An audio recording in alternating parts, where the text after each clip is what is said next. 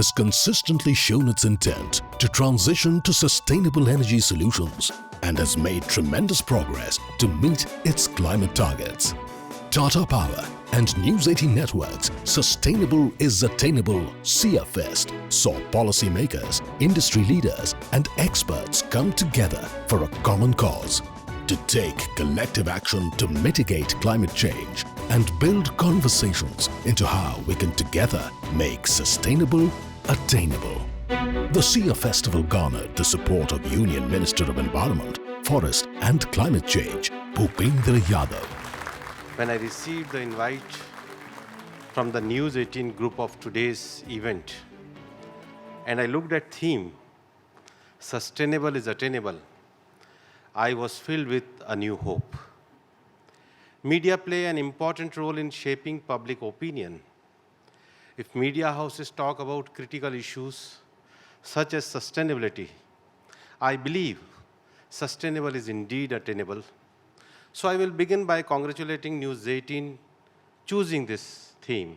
The present crisis of biodiversity loss and climate change has happened because human beings have not been kind in interaction with other life forms. I take great pride in saying the ancient Indian philosophical thought had seen this crisis coming and also presented a solution. The motto of forest and climate change present this solution when it says, Prakriti Rakshitaha Rakshataha. That means nature protects when it is protected. We have to be respectful, caring, and sensitive towards other form of life for to be mentioned in Sanskrit. When we say Vasudhaiva Kutumbakam, we must know that Kutum will flourish only when there is Vasudha.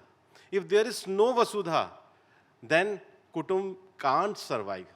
I can say with full confidence that in India, under Prime Minister Shri Narendra Modi ji, we have a complete understanding of this fact. So when India's G20 presidency talks about one earth, one world, and one future, it is talking about the future of not just humans, but of planet Earth as a whole. World, over there is a discussion on climate change. And I would like to point at a fundamental problem with this discussion. A lot of focus of discussion is on mitigation. For those of you who may not know that mitigation means make the impact of climate change less severe by preventing or reducing the emission of greenhouse gases. In India, we do not believe that only reducing greenhouse gas emissions should be the focus of the fight against climate change. India believes that there have to be simultaneous effort for wildlife conservation. Efforts are also needed to stop land degradation and biodiversity loss. Lifestyle for environment, which seeks sustainable consumption, not mindless exploitation of biodiversity resources, found an echo in the global biodiversity framework adopted in Montreal. Because of India, the policies and the work of all front of protect the environment, India has agreed to contribute to globally achieve the target of 30 by 30 by 2030. As the voice of the global south, India is also ensured that principle of equity, common but differentiated responsibilities and respective capabilities are applied to the framework, and that is because we are responsible global partners in fight against climate change and refuse to be dictated by the West on the terms of this fight. After all, it is a Western development model that we are paying a price for. In India, we are working with a whole of government and whole of society approach to fight climate change. At arms of the government are working together to ensure sustainable is attainable. I will like to use this platform to urge all of you to join making pro-planet choices and to be the part of this noble mission. Ladies and gentlemen, India's greatest strength in its people and what people in India are doing for environment is unmatched. In one of my visits earlier, last 2 months before the Bandipur, when our Prime Minister inaugurated the Tiger program, I met the people to the Jinu Korba and Soliga tribes in the Bandipur Reserve. These tribal people are known for how they have preserved their ecosystem and biodiversity in the forest area in which they are live. But I was overwhelmed to see by using lantana, an invasive forest produce, these people made a beautiful furniture and household product. I see these people not only as the environment crusader, but also those who are using their traditional skill can give a huge boost to the local product in international market also. It is because this reason that India, despite the population size and the pace of development, has been able to meet climate action targets. We are a nation of environmentally conscious people, and our rural community are their biggest example for this. Under Prime Minister Shri Narendra Modi ji, environmental participation has emerged as a pro-planet people's movement. Mission Life, which talks about making a small lifestyle change to make positive environment impact, in burnout of the same thought. Everyone must come together in their own way for the sake of environment. And so, we are working on the ensuring women's self-help groups are involved in the environment protection and wildlife conservation. There are some women like Kinkri Devi from Himachal Pradesh, Tulsi Goda from Karnataka, and Gaura Devi from Uttarakhand are proof of the power of women to make a positive impact on the fight against environment and land degradation also. The government believes involving women in climate action can bring very positive outcome. India is mixing the traditional knowledge of environmental protection and technical advancement toward protection of its biodiversity. Ladies and gentlemen, the task is big and opportunities endless. But event like this will ensure there is a continued motivation to keep working toward the goal of making sustainability and sustainability is attainable. Tata Power and News18 Networks, Sustainable is Attainable, SIA Fest honored champions of change who have been working relentlessly to build a cleaner, greener and more sustainable tomorrow. In an attempt to retain the beauty and pristine greens in the Himalayan region, Pradeep Sangwan started an organization which he aptly named Healing Himalayas. With his army of volunteers, he went out to clean plastic and other waste along the trails of the Himalayas. Congratulations on your incredible work. We move on to our next champion of change. Ladies and gentlemen, please welcome Anshu Pragyan Das on stage. This dynamic forest officer has taken up several pioneering and reforming movements befitting the forest-dependent communities in wildlife areas. Anshu Pragyan Das, congratulations. Our last champion of change is an impact enterprise with a vision to build a sustainable and inclusive workforce to create social impact. The organization is called Vishesh, and they are committed to building an inclusive ecosystem through their training sessions and auditing private and public buildings to ensure accessibility for persons with disabilities. We are talking about a potential of more than 1,000 gigawatt of resources of only solar and wind in this country, which is phenomenal.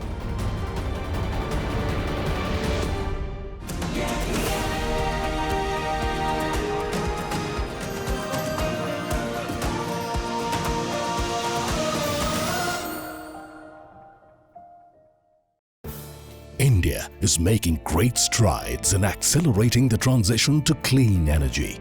The government is committed to lead the fight against climate change and is working towards meeting 50% of all its energy requirements from renewable energy by 2030. The SIA Fest saw government representatives, industry leaders and global energy experts share insights and discuss the roadmap to India's 2030 climate goals. Mr. Jain, let me ask you, the Prime Minister has always asked different government departments to have a whole-of-government approach, asking different departments not to work in silos when it comes to renewable energy and India's energy transition. how are we making sure that all government departments work together? Actually, the government becomes much more effective when you do as a whole of government approach. Say, for example, you are talking about the renewable energy goals 2030. So all ministries are actually working towards it. Railways has come out with a target of net zero by 2030, which is really very, very aggressive. DPIIT, my earlier ministry, they were working with the decarbonization of cement. Steel ministry is working with decarbonization of steel or the scrap policy. But the most important one, like right now I'm in MORTH, so the vehicles, it's again a whole of government approach. We come out with the regulatory frameworks, we come out with the enabling frameworks. The Department of Heavy Industries, they come out with schemes like FAME and PLI for the auto components. India has mainstreamed the renewable or sustainability criteria as part of its development agenda. And that's the reason why the results are coming much better than what they used to be earlier. Mr. Khanna, if I can get your view in, when it comes to our energy transition goals, where are we currently and what are some of the roadblocks that you see in energy transition? I think the good part here is that where are we currently? If we go back and where were we, some even 5 to 7 years back, there is a big jump. We have actually transitioned from a very small base of renewable energy to a very substantial base now. So when the Prime Minister, Honorable Prime Minister has declared 500 gigawatt, everyone is trying to make sure that it happens. It's a need of the hour, but also been announced very aptly out there.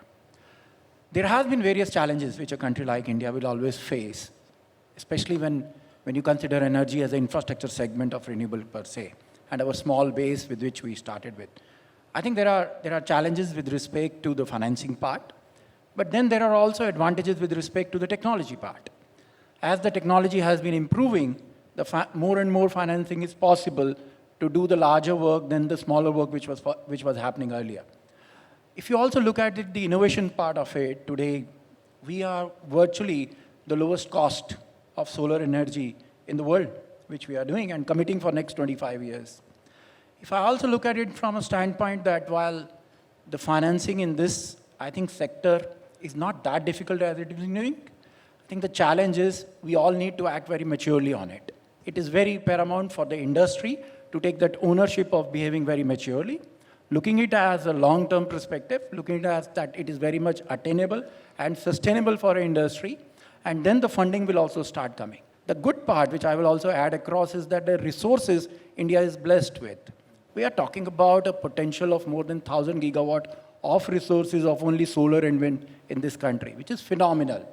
So I don't see that there would be major challenges if we all act towards a cohesion and a collaborative manner. The industry by showing what they can do, financing by getting what is their returns which they are expecting, government by helping in drafting the right policy, we are on the right direction. Arunabha Ghosh, if I can come with you, is it necessary to have more mandates in place when it comes to the goals that the Prime Minister set out in Glasgow for 2070, for 2030? Do we need to have stronger mandates for the industry to ensure that transition takes place? Or is it first more important to make sure that we have a reliable, consistent supply of renewable energy? In 2010, when the National Solar Mission began, the supply side push was necessary.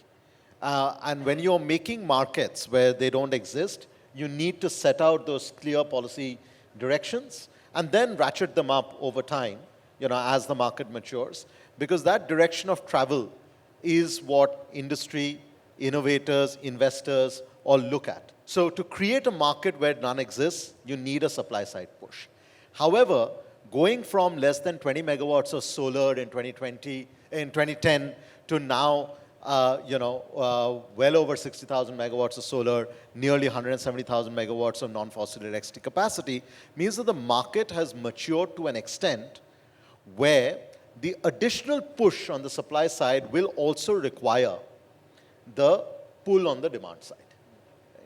And that pull on the demand side is not only going to come from utilities. And that is actually a unique opportunity for us, that while we are saddled to an extent by the legacy issues in our power sector, the state of finances of the utilities, etc.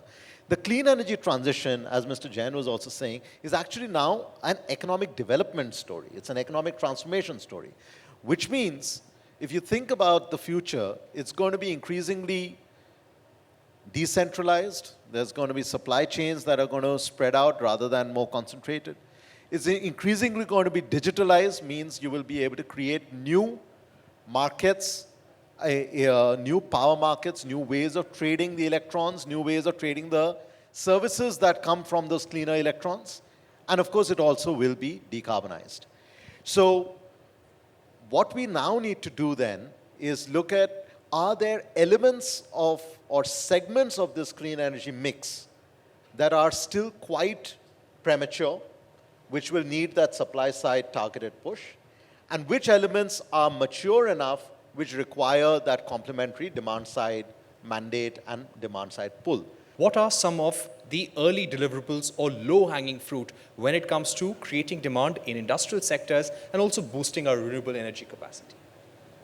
Thank you very much. And I think coming from the industrial development perspective, we see that there is still quite a lot of untapped opportunity first for energy efficiency. And I cannot emphasize that enough, though it doesn't make sense to generate renewable energy and then use it wastefully in that sense. And for many enterprises, this is still the starting point for the energy transition. And then the renewables can come in as a filling in tandem with that.